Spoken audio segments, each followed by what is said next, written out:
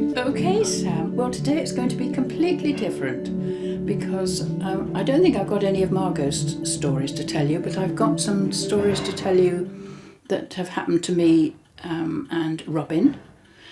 And I used to write, and I haven't done for the last couple of years, Christmas messages. And as it's coming up to Christmas, I thought I would read you the Christmas messages that I wrote from 2007 onwards when I was inspired to start.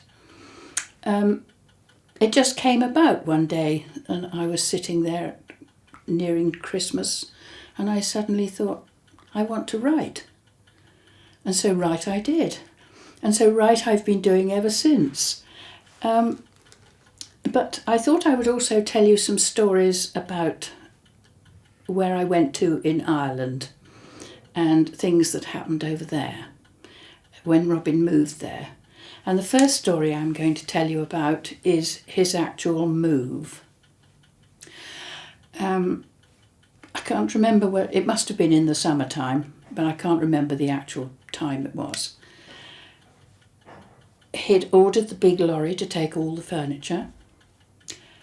It had arrived in Ireland. Now, going down to the property that Robin had bought, and I say property, this is not a house, this is not somewhere that you can move into. This is a piece of land, 3.5 acres, covered in brambles and gorse, with 3 Irish ruins on it. Nowhere to live. But there was a workshop there, and the workshop had a roof on, and all his furniture was going to be put in this workshop. Anyway, this huge great removal lorry went down the Irish Boreen, which is a little lane, very narrow, and it got down there. All the furniture was unloaded and put in this, well, workshop, let's put it that way. They'd rented a place in the meantime so that Robin could do something, create a space for them to live in on this land. And this lorry, with all the furniture in, got stuck down the Boreen.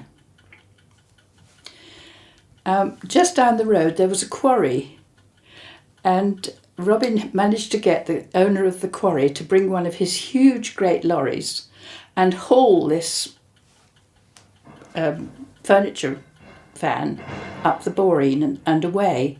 And and he said to Robin, well, he said, welcome to Glown, and left him. And Robin had sent his wife and children off to the place that they were renting, and he surveyed his land and he looked at it, and he was still thinking in terms of the mainland. And he thought, I haven't got a key. I've not got a key to the workshop. Somebody could come in and take everything I've got. Anyway, he thought, I know what I'll do. I'll put a ring of light around this land. So he stood on a little mound just outside the gate, big old farm gate, just the other side of the lane. And he stood on this mound and he started to put a ring of light around his land.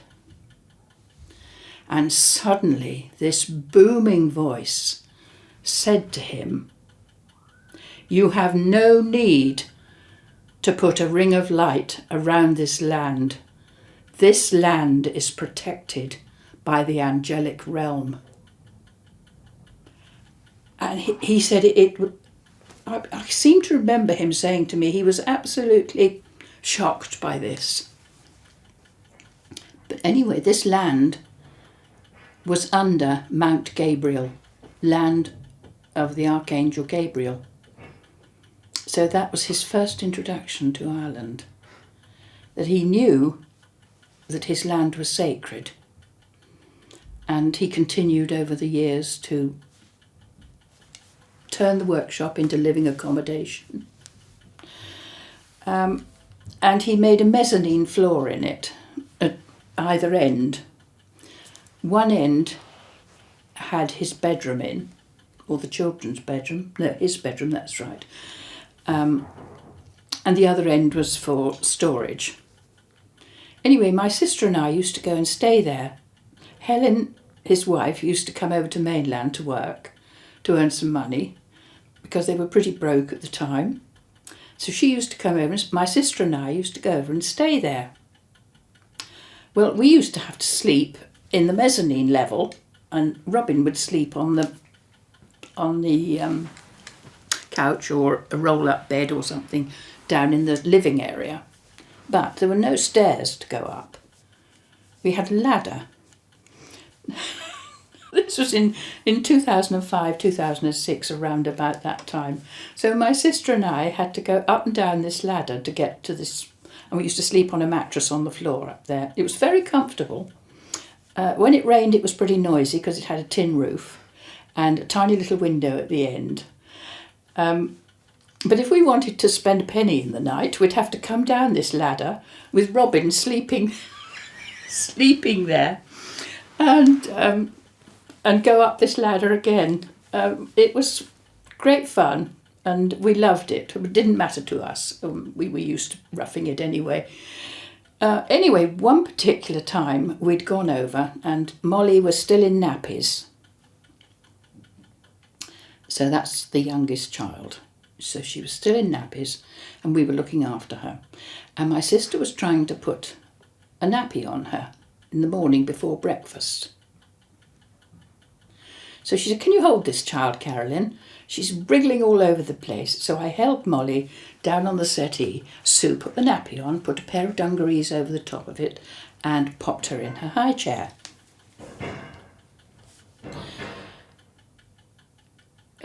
It wasn't very long before Robin came in, and he went to pick Molly up. And he said, "This child's soaking wet. She hasn't got any nappies on." I said, "She has, we've just put one on." He said, "Well, she hasn't got one on now." And we looked on the couch, and there was the nappy, with the pin still in it, just laying on the couch. That was the first incident. In the morning, my sister and I are out in the garden, and we're working on a bank by the old Irish ruin that Robin is turning. It eventually turns into a little cottage. It's just got the walls standing, no roof. But by the side of it, there's a slopes going up like that. My sister and I were working on the slopes, clearing them and planting flowers. Flowers are more important than buildings, you see, for us. So there we were. And I'm working one side and my sister's working the other side. And between the two of us, there's this sort of stone patio area. And my sister said, "What's that?" I said, "I don't know." And she turned round. She said, "Something hit me." And I said, "Well, what was it?" And she looked down and there was a pair of her knickers. Somebody had thrown a pair of her own knickers at her as she was working. She said, "This can't be true, Carolyn." She said, "Because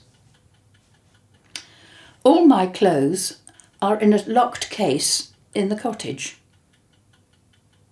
in the workshop, including all my knickers." So she said, how they'd been thrown at me, I don't know. I said, "Well, Sue," I said, "you've had a lot of information over the years, and you've been told to change your thinking and stop stressing, and you've got to learn to think in a different way."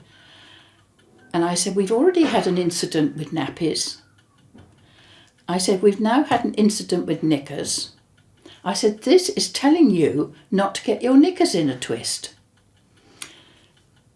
Anyway, we had a good laugh over that.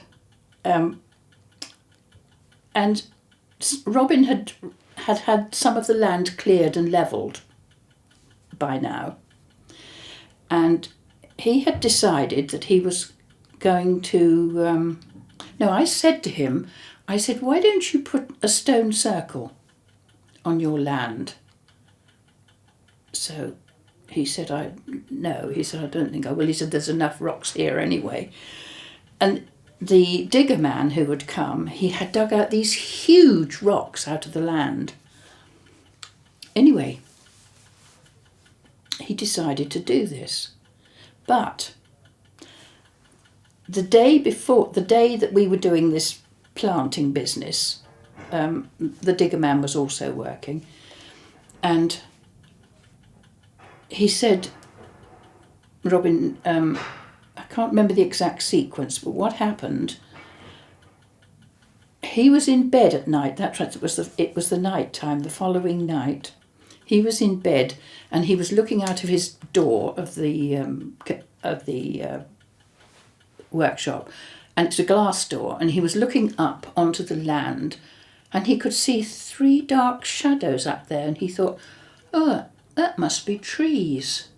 Then he thought, no, it's not trees. There aren't any trees up there. He said, I know what it is. It's the shadow of where the stones have got to go. So in the morning, he got up and he said to the digger man, Pat, he said, can you just put some of the big stones that you dig up and put them there, he said, and then we'll put them into the ground. So the stones were just laying there on the ground, and my sister had gone over to another part of the land, and she was walking back, and the stones cried out at her. She said, Carolyn, she said, they squealed at me as I went past. Well, I said, Sue, that's 3 things that have happened. I said, now you really must change your thinking. So that's what happened. These are just little things that happened. I mean, it was a miraculous, all the things that happened in Ireland all the time. But I came home, and I was living on Hewish Terrace at the time in a little tiny cottage like this. And my next door neighbour was Cedric Wells, and he's a very Christian young man, not he's really devoted to his church. And I said to him, I said, Cedric, you'll have to come in and hear the story I've got to tell you about what happened in Ireland. So I told him that story. And he said, Carolyn, he said, you're never going to believe this.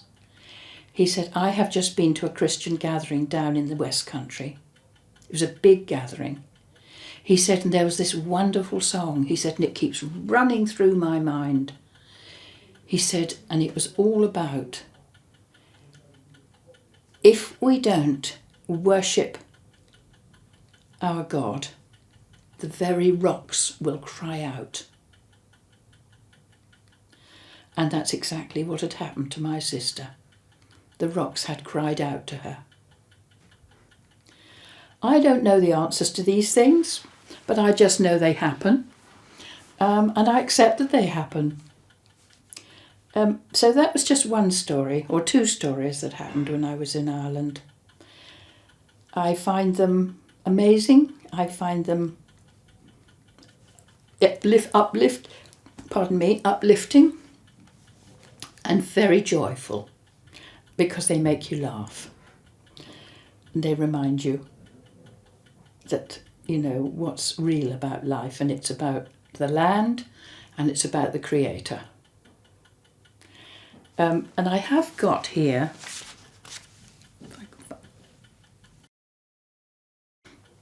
the following day, he instructed Pat about what he intended, chose the stones he required, and placed them on the ground, ready for positioning later.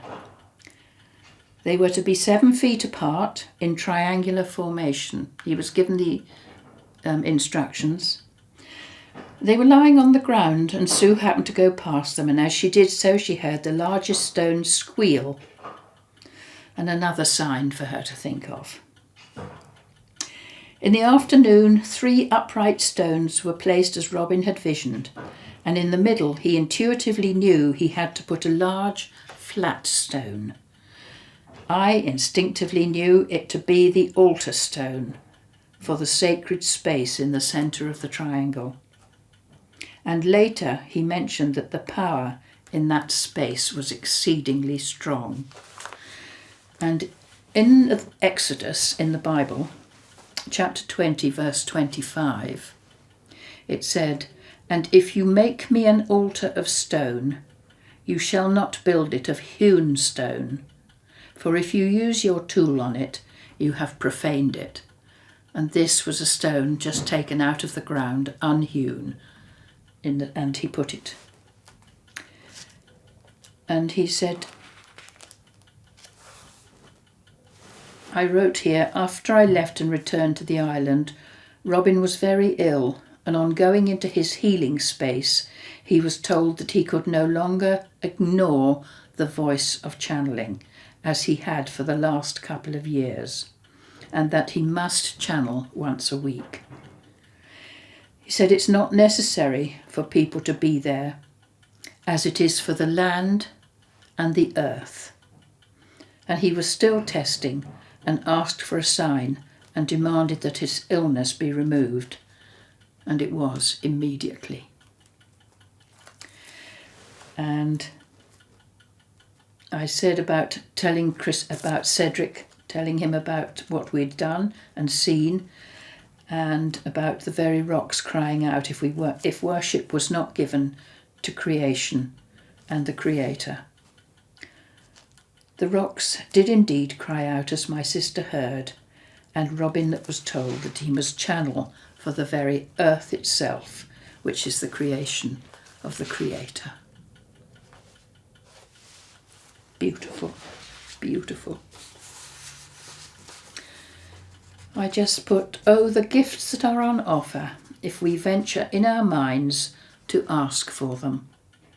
We may well receive answers, but they are not always the answers we want, and we may not always understand them either.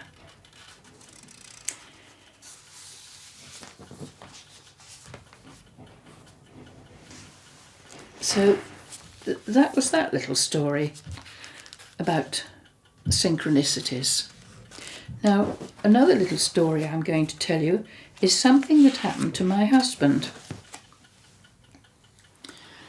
It happened in the middle of the night, and he said he was dreaming, but it was not a dream. These are dreams that are so real that you never forget them, unlike ordinary dreams which come and go. I think they are dreams where you are actually experiencing what you are seeing. Anyway, he told me that he was in the woods in a little cabin, and he was looking out of the window of this cabin. And he saw two little alien beings. And he said, I was absolutely petrified for some unknown reason. And he said, when I woke, he said my whole body was paralysed. I couldn't move. I was paralysed with fear. And that was the dream, or the experience that he had. However, as I say to you, there's no such thing as coincidence. It's synchronicity, and it is the universe speaking to you. That morning, the very next morning, a card arrived from Guy. And this is the card. And Reg said, that is exactly what I saw last night.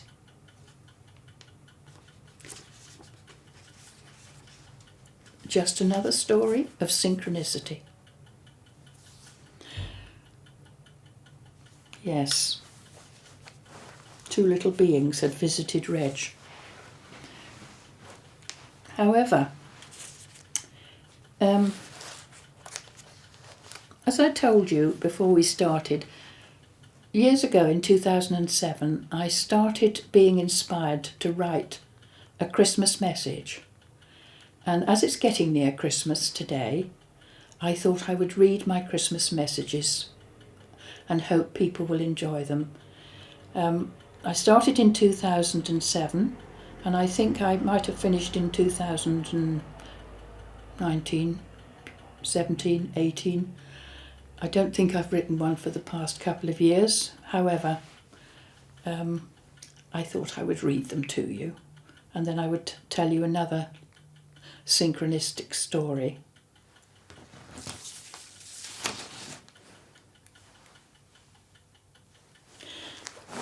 My friends all say I should have put these in a book, and the man who published my other books, he said I really ought to put these in a little book, he said, and have it illustrated in a Christmas way, but I've never done it. So here you are.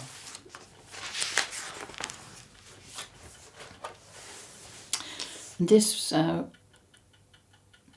for all the beautiful people I have been privileged to meet, this is my Christmas message for you for 2007.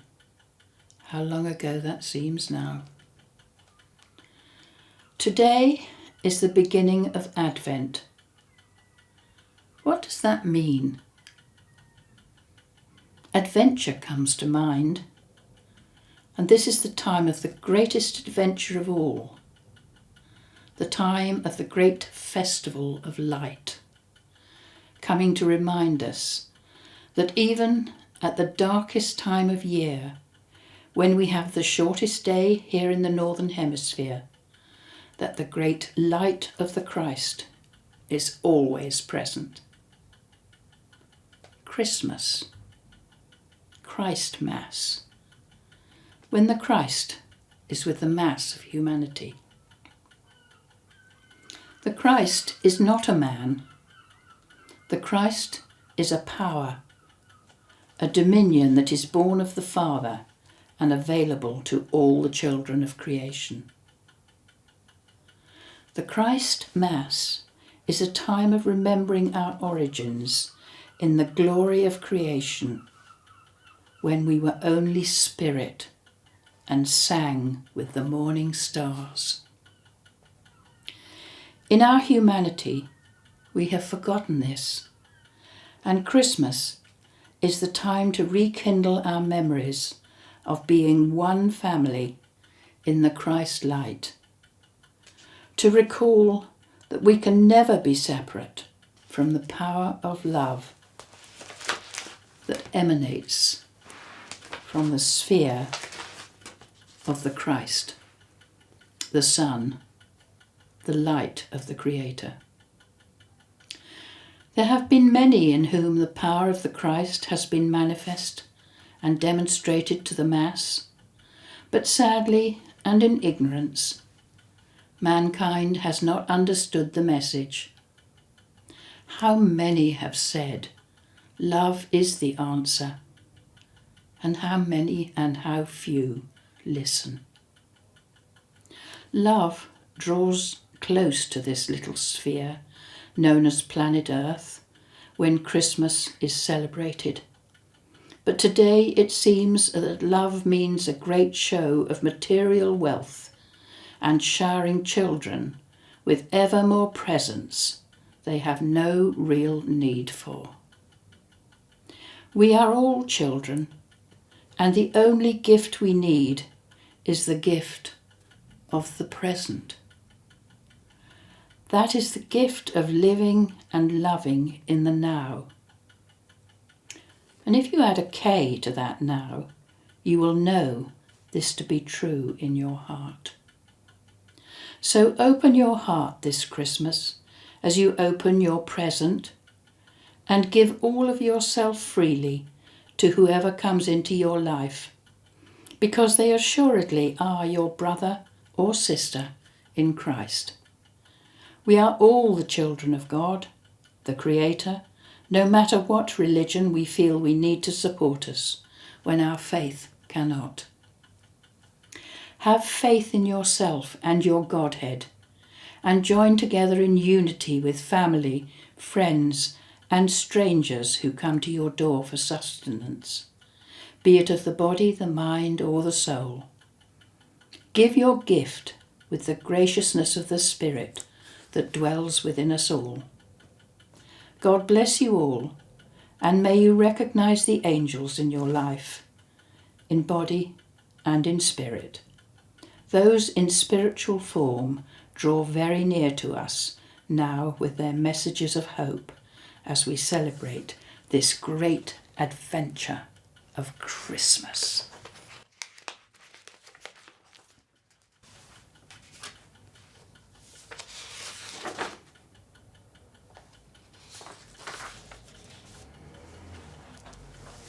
Angels. My Christmas message for 2008. Angels accompany our every waking moment and guard us while we sleep. The word angel is derived from the Greek angelos, meaning a messenger. They are the messengers from other realms who care about humanity. They are the watchers who keep us under surveillance as we tend to this garden known as planet Earth. Just at this moment in time, there are those of us who are not doing a very good job of husbandry and whose ideas have been somewhat deflected from love.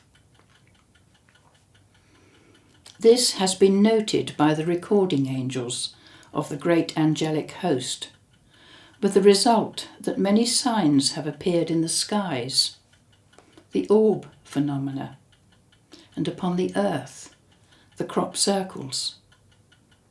These signs are not there to be ignored or ridiculed.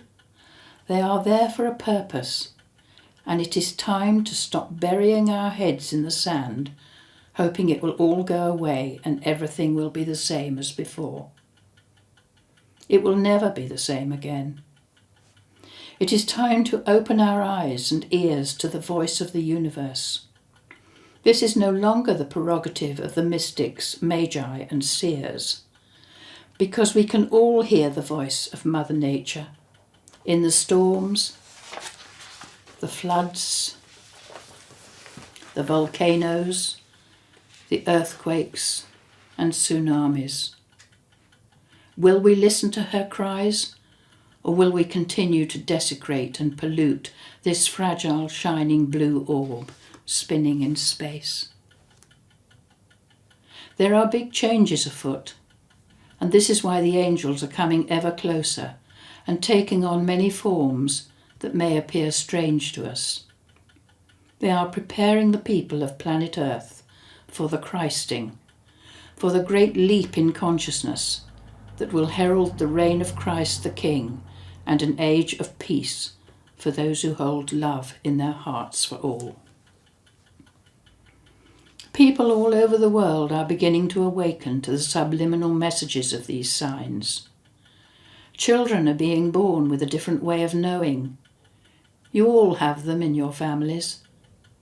They are here to be the teachers for their parents. They are already masters and have descended into the human realms to bring faith and hope in what appears to be this dark time of financial crisis, wars, violence and corruption in high places. These bright and shining young ones are our hope for the future, the way showers, as was the child Jesus when he addressed the elders in the temple so long ago. These children carry the Christ light to every corner of the globe. Let us celebrate their glorious presence amongst us with the angels who watch us carefully, who watch so carefully over them, speaking softly in their ears to give them words of wisdom. The world has great need of these little ones, who sometimes find it very difficult to be in the world. It is up to each one of us to love them unconditionally and enable them to carry out their purpose, as these children truly do walk with angels. These words are from some of the children who have chosen to come into this family. Aidan, age 6. Grandma, do you know that love is the most important thing in the world? and crop circles are the language of the aliens. Child of 6. Jessie Rose, age 9. Is life worth living? Is death worth dying? Is love worth loving? Is hate worth hating? Is music worth listening to? Is silence worth being silent? We are not all worth everything, but we are all worth something. These children are amazing. Also, from Jessie Rose. The world is without end. The sea spirit may cry, and the land is for those who believe in this world. Toby, aged 9. Orbs are the souls of angels. So listen to the children.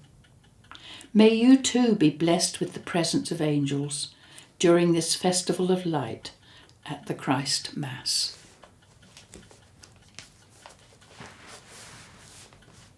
I don't know where these words come from.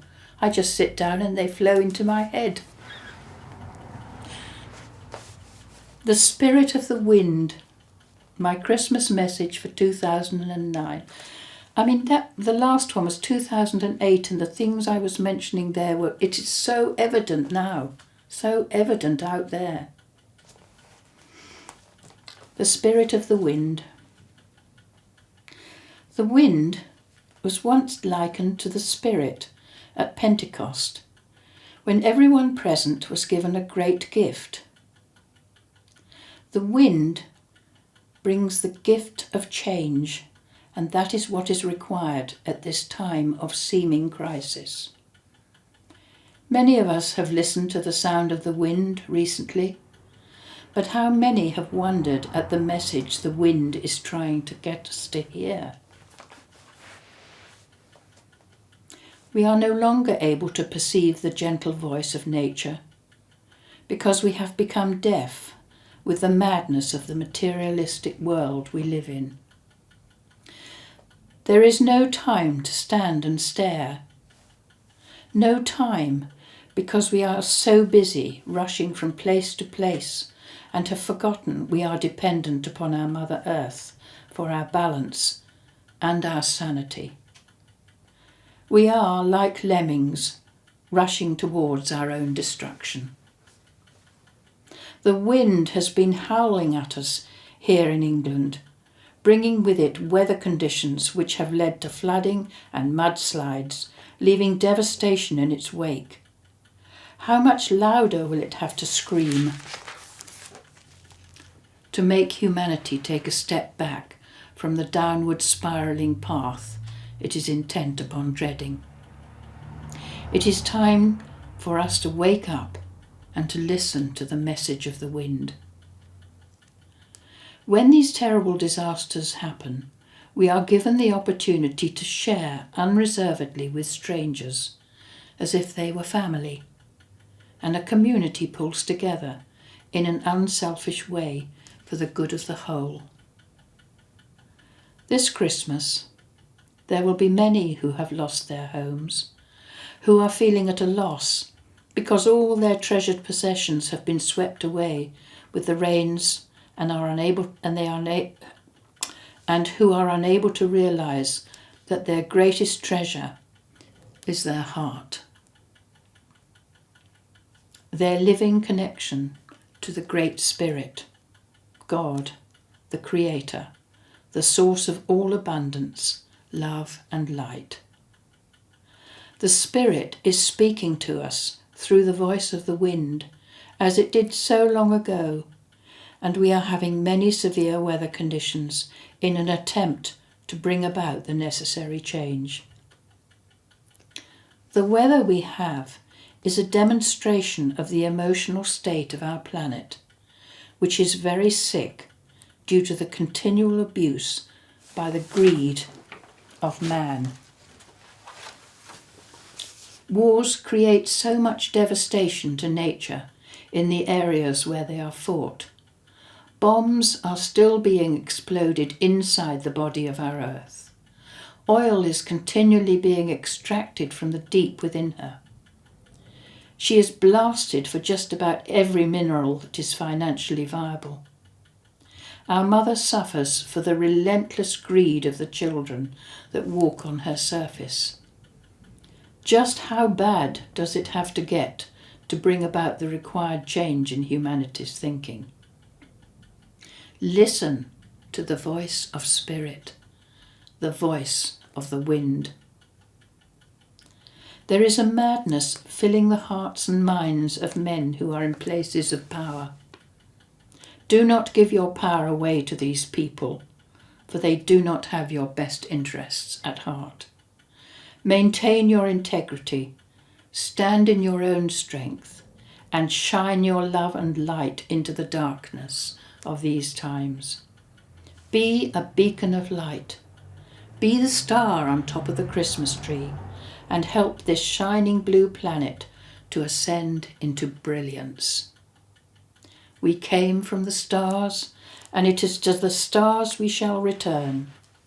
We are already stars in our own right.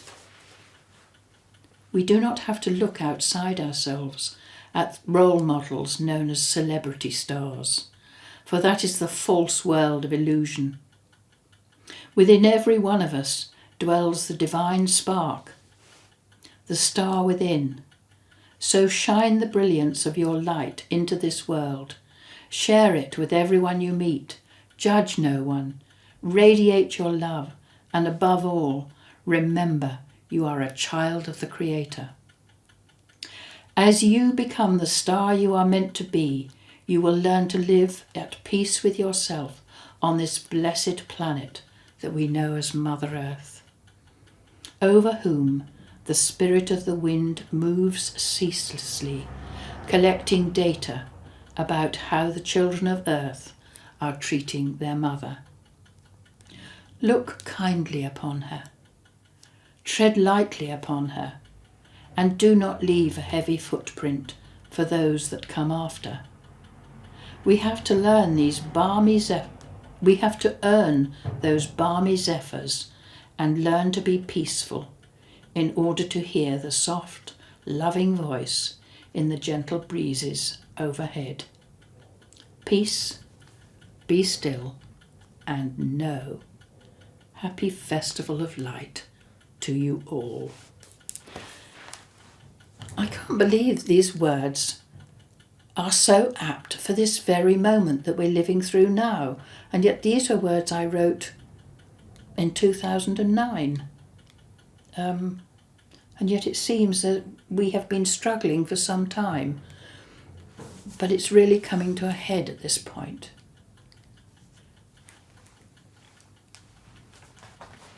Some thoughts on stars. My Christmas message for 2010. It is that time of year when our thoughts begin to dwell on the Christ Mass and that enigmatic star. Stars appear as diamonds in the velvet blackness of the night sky, lighting the void of space to remove our inherent fear of the dark. Lighten our darkness, we beseech thee, O Lord. But stars do not move around. They are constants in the heavens. Mariners have used them for guidance on the high seas ever since mankind ventured away from the shoreline.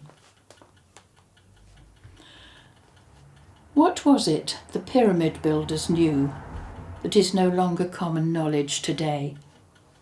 Why are those great monuments perfectly aligned to the 3 stars forming the belt in the constellation of Orion? Is it possible to think their instructors came from that area of the universe, bringing their advanced knowledge with them, and so began the great dynasty of the pharaohs? What does the word star bring to mind? If you care to look up on a cold, clear night, there are many stars shining, twinkling, and transferring their starlight information to those able to receive celestial knowledge. There is a children's nursery rhyme that begins, "Twinkle, twinkle, little star, how I wonder what you are, up above the world so high, like a diamond in the sky." These words were written in 1906 by Jane Taylor, who, after her transition week-old death, became the inspirational guide of my friend Margot. At the tender age of 3, Margot was compelled by Jane to go on stage during a pantomime performance and sing this little ditty to a packed house. Apparently, her parents were mortified their daughter should make such an exhibition of herself. And that was the beginning of her lifelong relationship with Jane Taylor from the other side of that mysterious veil. And many years later, Jane explained that the star she had written of was in fact no star at all, but what we now today know as a UFO.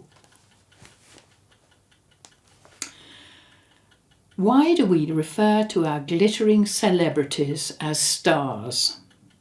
Why place them on a pedestal above the ordinary man, the man in the street, when they are only people with gifts that have been exploited by the society we have created? We are all stars in our own right. We are sparks of divinity, come to earth to have experiences, to enhance our souls. And it is time to recognize ourselves for what we truly are. We came from the stars, and to the stars we shall return. It is time to empower ourselves with this knowledge and stop giving our power away to those who would use and abuse us for their own ends and keep us in ignorance of who we truly are. There was an evening when a vision of an angel was seen in St. Catherine's Church in Ventnor during the carol service. This great being was standing directly above the high altar, with wings fully outstretched, holding a golden star in his hands. And from that star came individual golden rays extending to every single person in the congregation. Everyone present was receiving the blessing of the Christmas angel, the greatest present of all. I give you these thoughts to ponder upon. Take a moment of an evening to contemplate the magnificence of the star-filled heavens and realize that you are one of the greatest, brightest stars, a true child of light. Shine your light with even greater intensity so that you too will become the light of the world. Now that evening when that angel was in St. Catherine's Church, I was with Margot and we'd gone to the carol service and we were singing, I think it was St. Catherine's Church. Yes, it was. We were singing The Holly and the Ivy. And I looked at her and the tears were just streaming down her face. She was just silent and just gazing and crying. And at the end I said, "What's the matter, Margot?" And she said, "Well, didn't you see it?" I said, "No, I didn't see anything." And then she told me about the angel on the altar. And he was so tall that his feet were on the altar, just above the altar, and his head was at the top of the window, right at the very top of the church there. That's how huge he was. So all these mystical, wonderful things happen at Christmas. And I've been led to write these messages for you, for everybody. Not just for me and my friends, but for everybody who wants to hear. The gift of love. My Christmas message for 2011. I don't know what happened to 2010.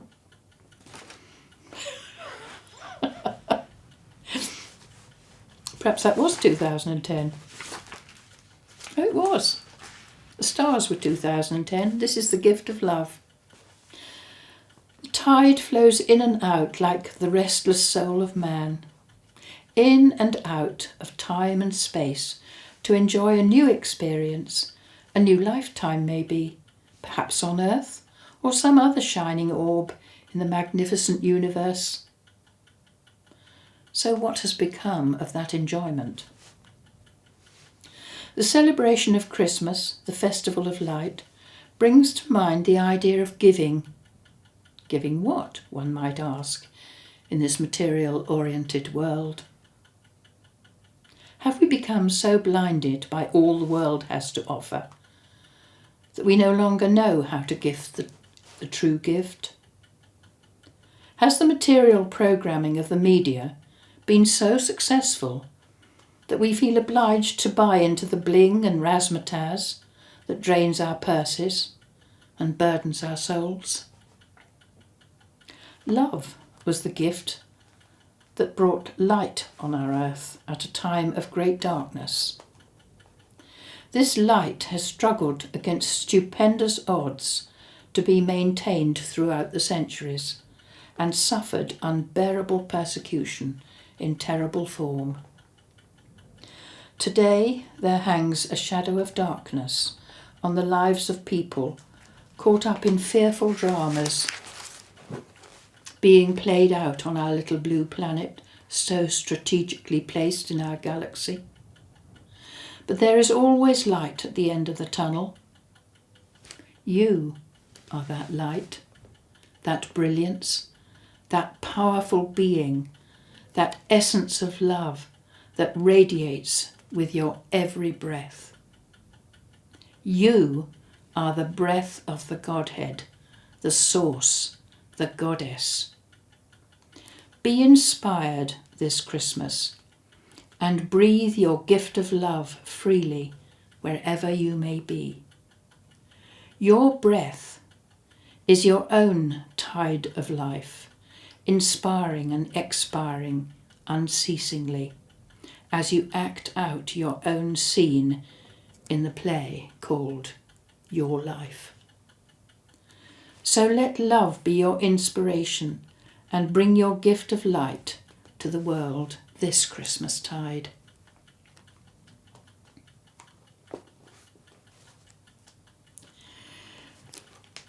Um, 2012, my Christmas message was somewhat different, as I shared a couple of true stories about vicars. I'm only going to read one of them because that was particularly, and I've spoken of this vicar before, and his name was Francis Bamford, once vicar of New Church, Isle of Wight, and the rural dean of East Wight, and he passed to spirit in 1934. And I was working with my dear friend Margot, that very gifted visionary and clairvoyant, and we'd often been to this church to visit the flower festivals and hear Francis speak. But this particular day, Francis decided to let us know of his lingering presence there. And he chose to convey this message. I wish to speak to tell of Christmas. You see, far too many people just think of it as a time of eating, drinking, and giving presents. There is more to it than that, and as you will read in the Bible, especially the beginning of Matthew. The angel of the Lord appeared to Joseph. Some say in a dream, others say in a waking vision. So shall you, who hears me and has this God-given gift, who I may add, so many ignorant folk would deny, you too shall have a vision of an angel, and it will be when you least expect it. You will be helped to draw it, and each of you will have a copy forever. Now, my faithful children, I would like to see you in my church singing, but I know it is a long journey and cold at night, so I shall understand if you are not in the congregation. But who knows, you may come. If not, I wish you all joy, love and peace. God bless you all, and look for the angel of the Lord. And shortly afterwards, Margot did indeed see an angel in a most unexpected place, standing floor to ceiling in the corner of her sitting room. And such was the shock that she fell to her knees weeping with awe and joy, yet feeling like a speck of dirt before such purity and majesty. That is exactly the words that she told me. She said, I felt like a speck of dirt in front of this wonderful being. And he was in her sitting room. I wait for the day when one comes in mine. Not happened yet. Not that kind of angel anyway. I do have other angels in here. The person in here at the moment. Bless you, Sam.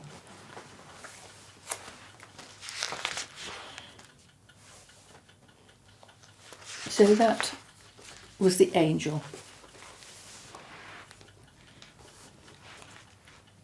Travelling Light, my Christmas message for 2013.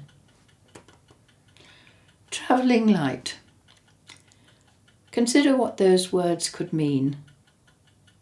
This is what we do and who we are. We travel outwards from the source of all being as a sphere of light.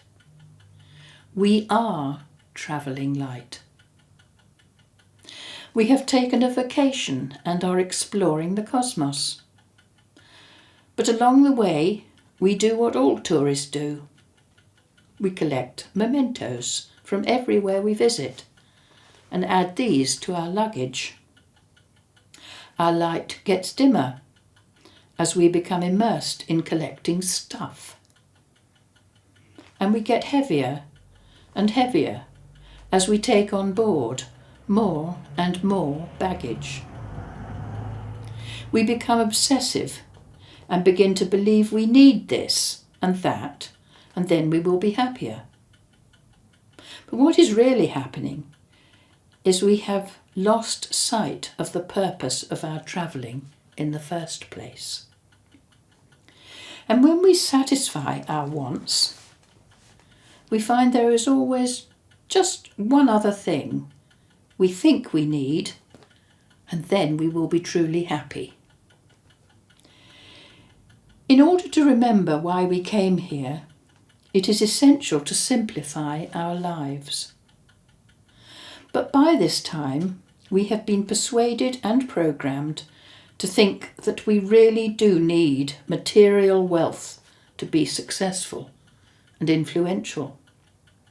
So we gather things around us that give us a sense of well-being and comfort, and forget the purpose of travelling light. If for a moment, as you rush through your day, you are aware of the still, small voice, do you stop to listen, or do you ignore it, like so many? Refusing to take note, as it attempts time and time again to get your attention. Your life is too full of busyness, too full of earning the next coin to spend on the next thing you must have. To pause and hear the other you that is always trying to get you, the you here, to offload this unnecessary excess and simplify your life. Get back to basics. How many times have we heard that expression in the last few years from our political leaders? But there is no true leadership to be an exemplar. Our leaders are so corrupt that they have no simple basic ideals to live by. It is do as I say, not as I do, and a case of follow my leader. Into what, one might ask? Into the slow downward spiral of materialism. But you do have a choice, and that choice is to return to travelling light and divest yourself of programmed information that is no longer required by you, and begin to reverse the spiral, to spin yourself back into the light sphere from whence you came.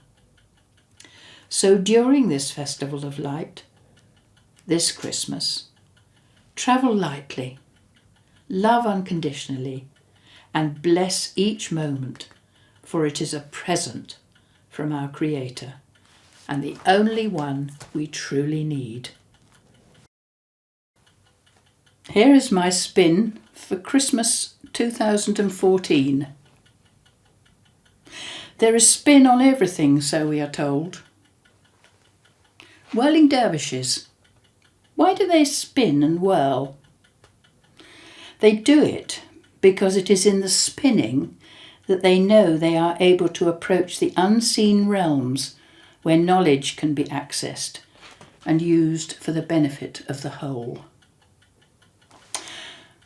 Our DNA is a spiral that is connected to our metaphysical bodies, and that spiral is coded with information from outside. It has been assumed that the strands that were not used were a biological conundrum and really unnecessary tools, because until now humanity has not been ready or had the ability to understand that there are other dimensions of existence that are available to us for accessing further knowledge outside of our 3 dimensions. These strands that have been so misunderstood have been coded with non-knowledge, which cannot be read until we are spinning at a much faster rate than humanity has done in the past. The time is fast approaching when those who have chosen to enlighten themselves will be able to read these codes. It is the time of the quickening. And what are we quickening? Our vibrations as we spin out the love song within us all.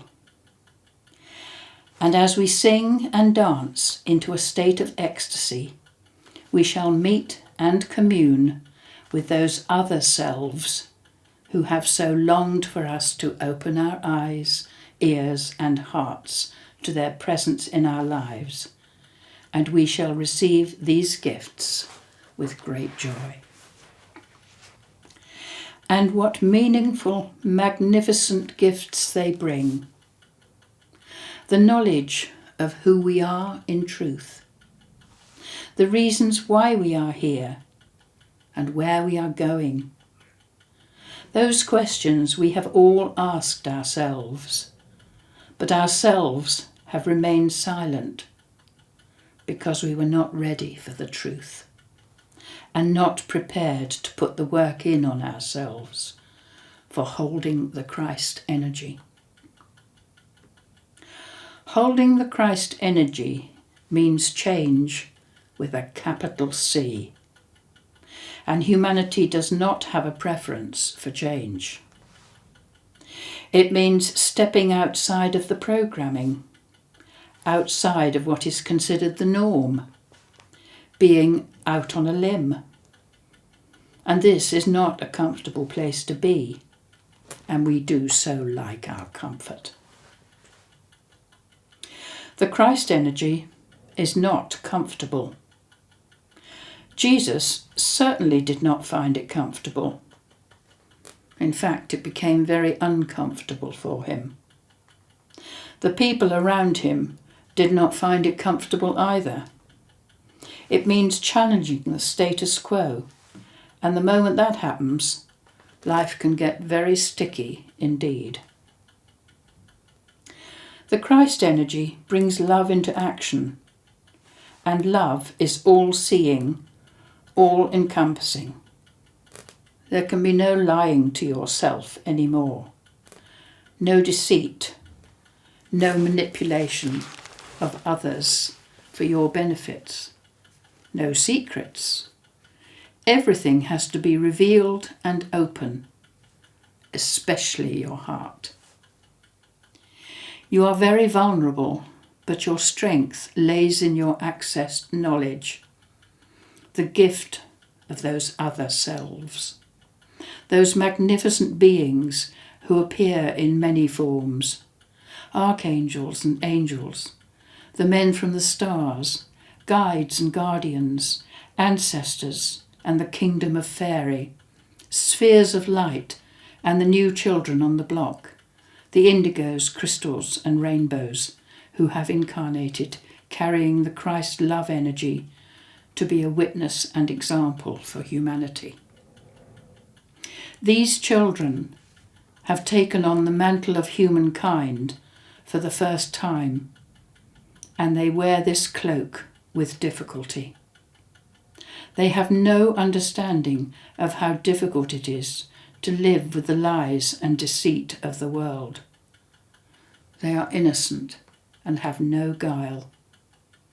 It is a hard road they are treading, and they need to be understood for who they are and the gifts they bring. They need the cushion of love to protect their gentleness, their truthfulness, their restlessness and rebelliousness, because these children are systems busters and have come here with the sole purpose to change the way things are on planet Earth. They are our saviours. If you are blessed to have one of these children in your family, you will recognise them by their inability to accept anything other than truth. They have an uncanny discernment which can be very disconcerting, and are quite able to see through any mask that you try and wear in their company. Don't bother. The embarrassment will all be yours. And what are you trying to mask anyway? So take off your mask this Christmas. Your new resolution is to be true to yourself and spin your web of love to all. It was my message for 2017, and it was called Memories. Our lives are the sum total of our memories. So what do we do with these memories? I have a sacred place in my mind where mine are stored, and every so often I open the door to that space and let a few wander out into my consciousness. Some are happy and joyful. Some are sad and can bring tears. But most are of the people who have touched my soul in one way or another.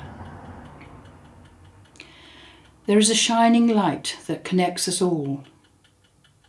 Some call it the Christ light, but I know it as the star, radiating in all directions to every being in the universe, from the tiniest atom to the grandest spiral galaxy. My soul has experienced every facet of creation, every moment in time, and somewhere in that most sacred space my memories are able to access the true essence of that soul who has chosen to dwell within the persona of Carolyn. The memories held within this mind have brought me to the point I find myself in this precious moment. But the memories within my soul hold the history and mystery of the evolution of not only this beautiful planet I find myself upon, but of the whole glory of creation when those morning stars sang together. Imagine being able to bring to the forefront of your mind everything that has ever happened from that moment of creation. Holding that knowledge in your heart, and then being true to your infinite source. How magnificent this world would be. How beautiful the light from our souls when the gift of graciousness is expressed. Where do these words come from as they filter through my mind? There are so many people I have loved in so many different ways who have all added to the potpourri of my life and given it the scent of roses. Each has a jewel-like quality, each so precious in my heart, the love and the not so loved, who came for succour and sanctuary at the Grove. The Grove. To the Druids and pagans, a sacred space created for the worship of the goddess, the feminine energy. Is that what my home, the Grove, became? Love has always been my companion throughout this life. Yet, the distant memory of an ethereal love lingers momentarily in my mind. A love so pure, so illumined, so mysterious, like a will-o'-the-wisp that vanishes on reflection, yet remains a hidden constant. That is the memory I wish I could recall.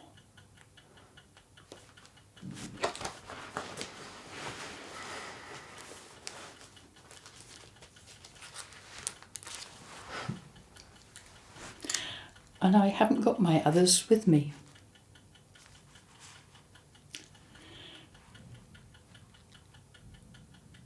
And, well, that's me. That's who's been talking to you all these months. That person there with all those memories. Sometimes I just feel the need to write, and it's as if I'm being inspired. And particularly around Christmas, I suppose, because there's so much that comes in around about now. This is not about Christmas, but this is about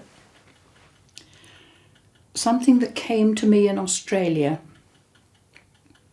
And it was midnight. My girls had gone out. My daughter had gone out and I was left alone in the house with looking after the children. And it was around midnight and suddenly I got this inspiration to write. And I'd been speaking to an elderly gentleman who lived next door. And he'd been talking to me and he was a Scot. And I suppose it was what he was saying to me that started off this train of thought as I sat there silent. And I called it Jack the Dancer. And Jack the Dancer is Robin's word for cancer. And as I say, I was just inspired to write these words about Jack the Dancer. And it just gave me a completely different outlook on it.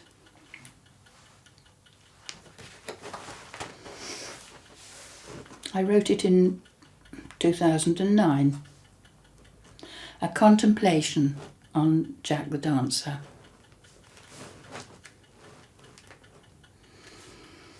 My mind is empty of thought, so what words are going to flow through me as I consider the moment? The sun brings with it the gift of life, and yet this scorching Australian heat brings with it the ever-present threat of Jack the Dancer and death. So what is this all about? I was speaking with 93-year-old Bob Thompson a few days ago, and he mentioned in passing that the Australians are the most foul-mouthed nation he's ever come across. He's a Scot and an engineer in the Merchant Navy, and he was an engineer in the Merchant Navy. So I guess he has his experience to back up this statement, and he has travelled the world in his time. On giving this statement some thought, it seems to me that this nation as a whole is not centred in God consciousness. There is a certain cynicism that appears to be a cover for a lack of understanding of who they truly are. There is a great deal of denial in the men of the nation. It is as if they are fearful of exposing their heart centre. Maybe this could stem from the origins of why so many were sent here, herded together on the convict ships in filthy conditions for some large or small misdemeanour, resulting in the loss of country, family, home and loved ones. A sure way of ensuring a closing of the heart. The doors to those hearts have remained locked and battened down because the cellular memory carried in their blood would require those deep wounds to be opened, and they are not ready to face the fear and confront those desperate ancestral feelings of loss. And the keys to open those doors have been lost. Loss is about soul. Many do not have a connection to their soul, for if they had, they would be unable to utter the filth that issues from their mouths. And this is where cancer, or Jack the Dancer as I prefer to name it, comes to the fore. Jack is introduced to one as an opportunity to change, but it is entirely up to the individual as to whether to make that change or not. After all, we do have free will on this planet and have been given eons of time to make that choice. We can make it during this lifetime or in some future time and space. It is entirely up to us. Jack is not an enemy that we have to fight. He is a special and sincere friend who we have to learn to love and give thought to. Why has he come into your life? Could there possibly be a reason? Is there some reparation required?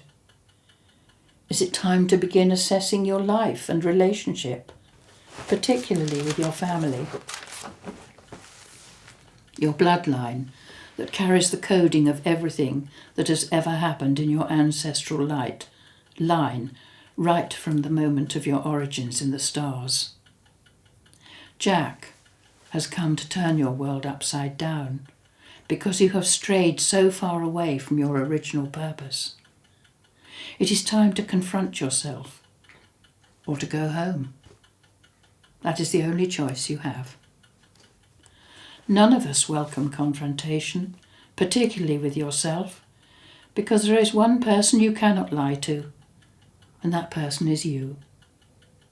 This is the time you have to look at every word and deed you have uttered and done, and that you feel has affected another's life. The moments of love, hate, violence, criticism, sarcasm, rejection, despair, joy, humiliation, warmth, friendship, happiness. Go into those feelings and experience them for yourself, because everything you have sent out has returned to haunt you. Your cellular memory never forgets anything. It is held for all eternity for you to access and heal whenever you choose to do so. So much needs to be healed in this country of Australia, and so much forgiveness required. The natural beauty of this harsh desert land has been tamed in places, but the reconnection with Mother Earth needs to be re-established, as does the reconnection to the heart in the peoples who walk this land of searing sun, brilliant skies, and black nights full of stars that are so much bigger and brighter than those on the small island I call home. It is in that reconnecting that healing can occur. So open your heart, let the love energy flow through, and forgive yourself for the emotions you have harboured. Allow yourself to be free to dance your dance of life in the way that Jack has taught you.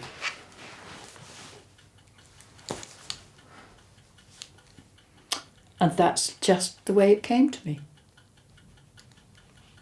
I don't know how true it is, but I feel it is true. I remember once being told that we bring all our illnesses on ourselves, and it's ourselves that have to heal them. Anyway, with that, I'm going to read you Robin's last message, which came on November the 4th.